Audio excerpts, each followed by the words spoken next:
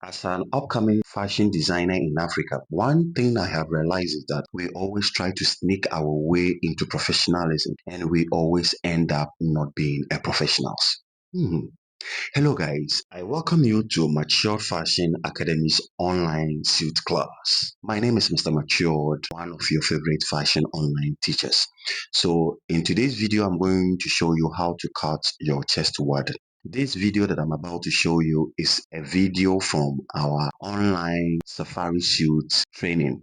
So if you are interested in learning how to cut your safari suits sewn completely like a pro, then this class is for you. If you want to join the class, you can pick the number that is shown on the flyer. So if you are new to my channel, you are warmly welcome. Subscribe to my channel, turn on the notification bell, and then ensure that you are going to also share the video to your loved ones who are looking forward to upgrade their fashion skills, and hit on the like button and also leave your comments in the comment section. Without further talking, let's get into the video and see how to properly cut your chest wadding on your chest canvas. Welcome back. We are now coming to cut our chest wadding, right?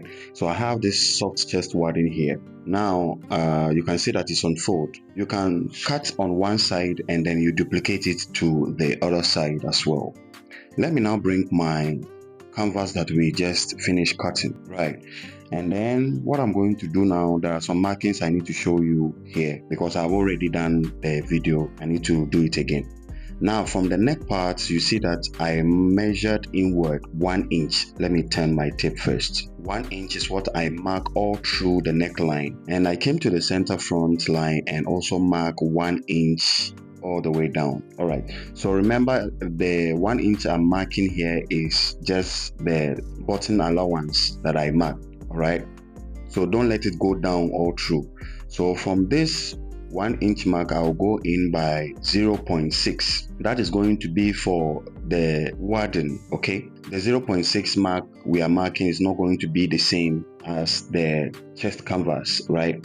But the 1.6, the mark that I just did, is going to be for the wadding, and you are going to see it. So I'm now going to measure from the tip of the neck. Okay, the depth of the neck, I'm going to measure 10.5 downward from the neck. All right, so that is what I'm going to do. And then from the armpit area, I'm going to measure down from the gray mark, not from the allowance we added on. Okay, that 0.3 is not included. That 0.3 is not included. So I'm now going to measure 1.5, but if you want, you can put everything together and make it 1.8 and mark. Okay, so that mark is going to go to meet the 10.5 mark. That is going to be for the wadding. I repeat. Okay, I'll come to the higher shoulder point and then extend my line upward. Is 1 inch, remember. Okay, and this line there, we might trim it off or not, so let's maintain it like that. So after that, I'm now going to take off my canvas and then I will illustrate something about the wadding. All right, I'm using the soft wadding so that when you apply it on the canvas, because the canvas has a structure already, when you put the hard chest wadding, it's going to make it too strong, but when you use the soft, it's going to make it moderate and then it's going to make it durable. The wadding tool, you are going to see it has a crosswise grain and it has a lengthwise grain, but we are going to place canvas on diagonal. It means we need it in a bias form. So this is what I'm doing to show you there. Okay,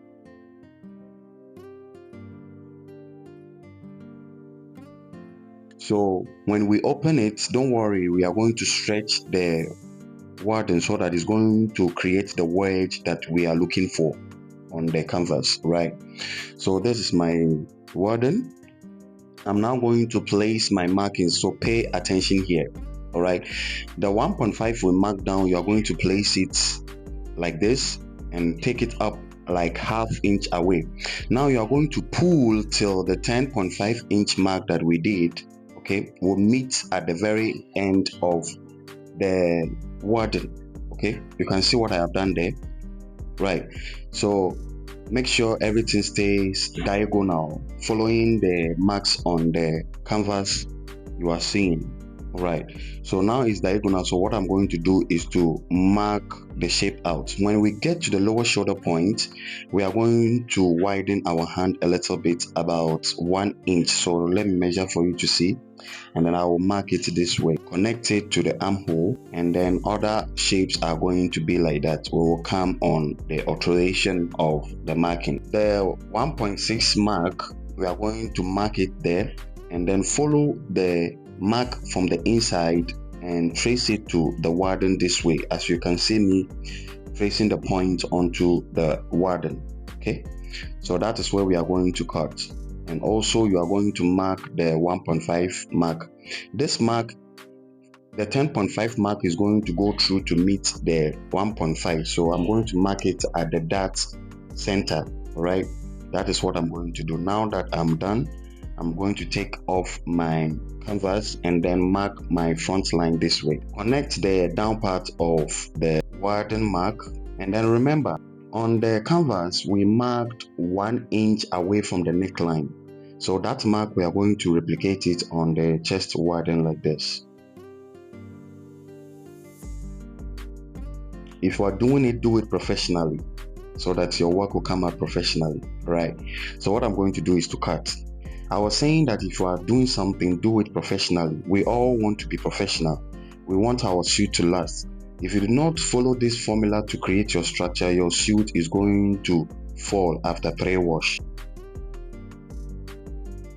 After cutting the wadding, I'm going to place it on like this. Let me show you something. I'm now going to cut the darts, okay, on the wadding. Align everything together, the 1 inch away mark from the neckline. Close the darts, okay, let everything in a line, and cut the darts on the wadding as well. It's strange to you, right? But don't worry, you are going to get it right. I always say do it the right way so that you are going to get the professional work. We are going to close the wadding and the canvas dart together. Now when we close the canvas, this is what is going to happen.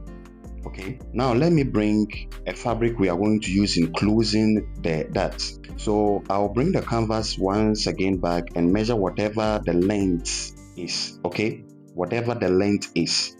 In this case, I have 6 inches. Okay, whatever you have, you are going to add 1.5 to it. Okay, so in this case, I'll get 7.5. Put it in mind. This is the fabric I'm going to use. And also, if you are cutting, cut on the crosswise grain. Don't cut it on the lengthwise grain.